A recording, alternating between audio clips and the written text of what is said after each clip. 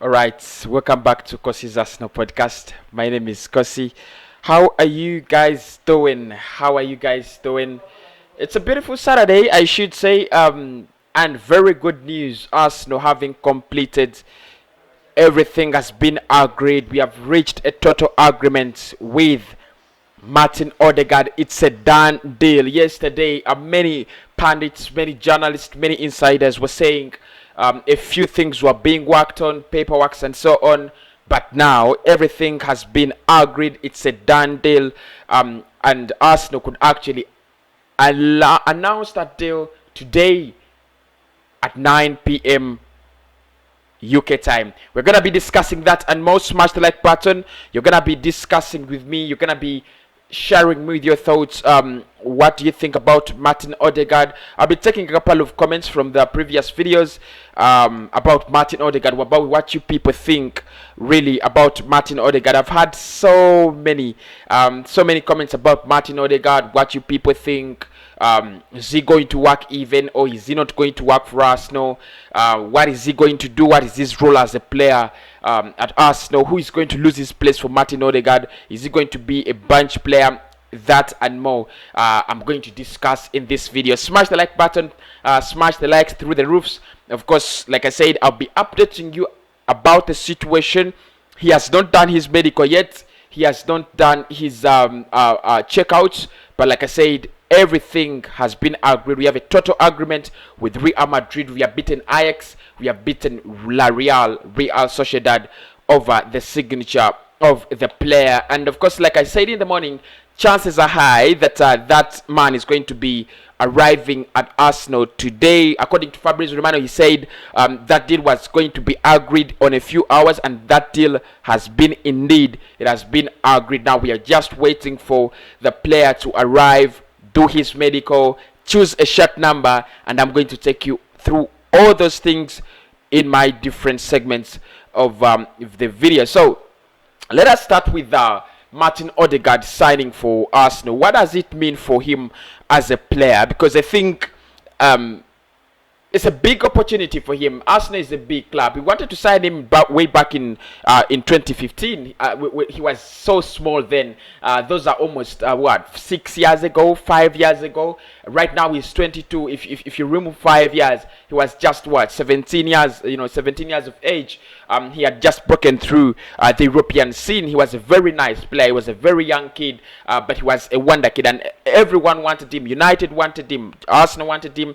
Barcelona and Madrid, but I don't know why he chose Real Madrid. I don't know why. Of course, players when they sign for a club, they're gonna say, it was my dream to play for this club. And when they sign for another club, they will say, I watched this club when I was, every morning when I was a kid. So it's really hard to believe the stories players say when they sign for clubs. But again, I think it's a big opportunity for Martin Odegaard. One of the things he has been deprived of has been game time. He has not been getting that game time.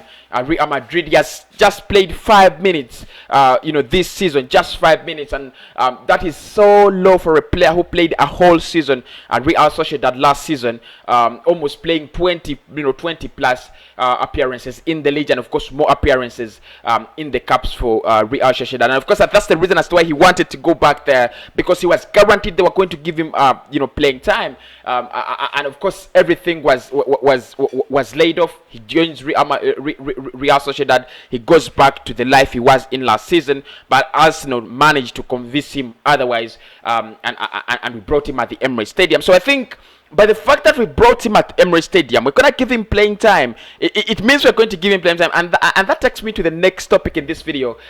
Who is going to drop for Martin Odegaard? Now, I've been looking at the analysis of La Liga websites and many pundits talking about Martin Odegaard. They do not refer to him, surprisingly, they do not refer to him as a Messi Ozil.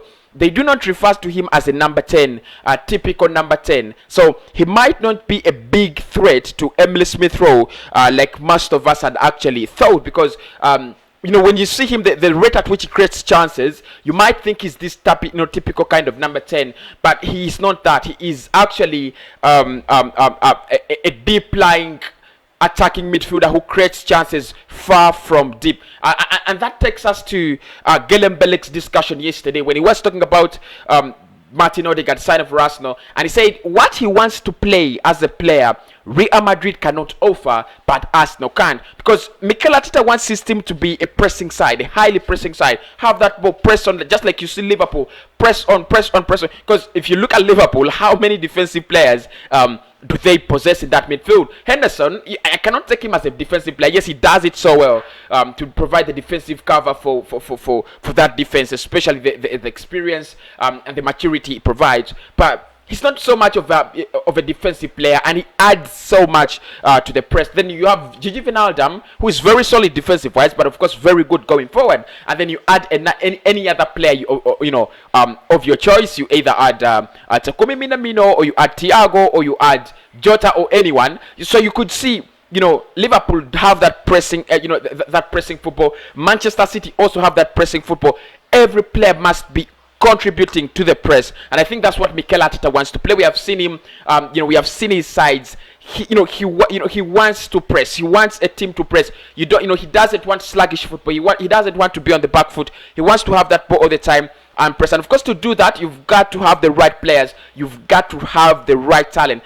If it falls by mistake and you do not have the right players to play pressing football, you can get the hell out of it. And of course, you saw at the beginning of the season, we were just awful. We were so bad because we wanted to play pressing football, but we never had the quality of players. We were pressing with Mohamed El Neni. Jesus Christ, that's unbelievable. We are pressing with Granit Xhaka. I mean, you can't have Granit Xhaka and Dani Ceballos and Mohamed El Neni and you're playing pressing football. These are laggards. These are sluggish laggards that cannot actually contribute to pressing football. So I think, if I'm not mistaken, the introduction of Martin Ødegaard might mean that Emile Smith-Rowe retains his position as a number 10. Martin Ødegaard then plays alongside Thomas Partey in that midfield. Because if you look at most of the websites, the technical analysis around him, he's compared to Luka Modric, Toni Kroos. He's compared to that, that kind of, midfield pattern. The Nabil Fekir kind of player. They're not typically number 10s. They're players that really love dribbling, driving that ball forward, and then creating chances far from deep. And I think we've seen so many players that do confuse, and you could think they are number 10. Hausemowa is one of them. Well, last summer we had a lot of debate about Hausemowa. Kosi, he's a number 10. No, he is a number 8. No, he is a right winger. No, he is. But I think if you look at Martin Ødegaard, first and foremost, he uses that left foot. He is very versatile. He can play on the right, right side of the midfield, left side of the midfield, and of course he can play deep with Thomas Partey. And I've seen his passing. The long passes are what has actually attracted me so much because really I'm a big admirer of Paul Pogba. Of course, I know we could never sign Paul Pogba. The time he went to Juventus and confirmed that Minoreola is his agent, that was the end. You just know that the prices were going to be very, very high. We could never get Paul Pogba. But you could see what Paul Pogba is giving Manchester United now, at a time when the club is crumbling, out of pressure for being on top of the table. You could see what he offers that team, passing through the lines, breaking through lines, those long balls, those high balls that Paul Pogba does, and Martin Ødegaard is very, very good at that. So I think if Mikel Arteta does this, then Granit Xhaka is going to lose his position, and of course that takes us to discussion number 3 in this video. Do you drop Granit Xhaka with all the form, with all the beauty he has had in the past 3-4 games? Do you just drop him like that because you want to play pressing football? Wouldn't it have an effect on the side? And that's going to be a very big question and a very big challenge. But I think Mikel Arteta has made it clear he wants to play 4-3-3. He never wants to play a 4-2-3-1. He wants to play a 4-3-3. And if you want to play 4-3-3 with pressing football, then you've got to have 2 attack-minded midfielders, that is Emile Smith-Rowe and Martin Ødegaard. Then you have 1 defensive player at Manchester City, that has always three layers. That has always been Fernandinho, and of course at Arsenal, that is Thomas Partey if he never gets injured again. Of course, if he gets injured, then you're going to use Granit Xhaka as the alternative. But you could see Xhaka slows down the pace of attack. Xhaka is slow. Xhaka is very, very slow, and he's clueless. He doesn't have those ideas going forward. Yeah, there are times when he makes those very fantastic passes. There was one he made for Kian Tierney as Kian Tierney was setting up Pierre-Emerick Aubameyang in our first in our first match of the FA Cup this season, beating Newcastle 2-0. That was a brilliant pass, but how often can he do that? He's very those passes, those good passes from him are very, very seasonal. They do not come in, time out, and that's where you need a player like Martin Ødegaard, a player who was born for this, a player who was made for this, a player who was just placed to do that. Make those passes time in, time out. Put those balls in dangerous areas. Look out for Thomas Partey. Look out for the fullbacks as they make their runs. Put those balls through for Pierre-Emerick Aubameyang and any striker, up top, and of course play the 1-2-1-2s with either Emile Smith Rowe or with Alexander Lacazette or whoever is available to play. And I think Arsenal have made a very, very brilliant signing. Now, that takes us to discussion number 5.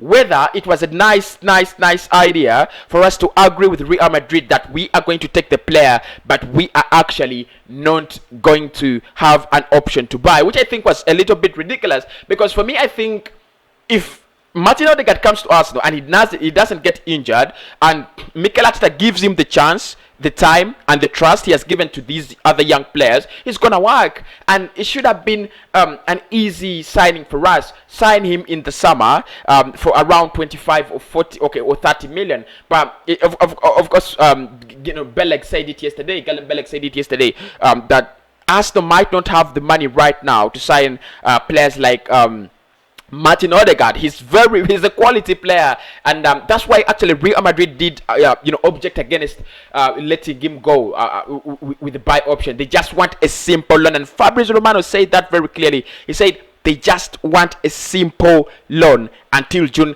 then we can discuss the details. But for me, if he works out at Arsenal, if he gives us what we want, we should spend 45 million, go out there, sign him. He's a young player, 22 years of age, 23 years of age now. He has a big future, 7 years ahead. You can even sell him at 100 million. Just imagine if you partner him with Emile Smith Rowe, Bukayo Saka, and Gabriel Martinelli. That could be a 1 billion squad in the next 3, 4, 5 years.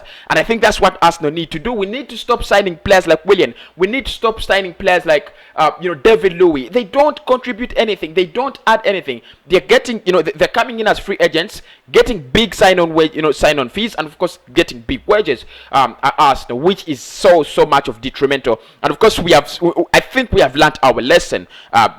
No questions about that. No questions about that. We have learned our lesson. It is what it is. We have seen Arsenal has lost almost 6-7 players leaving the club. We have not earned a single penny.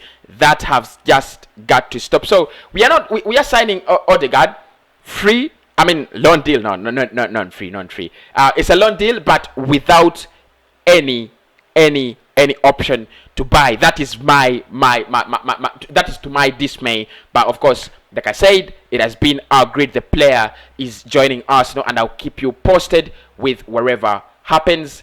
Stay tuned, and I love you so much. I promise I'll speak to you very, very soon.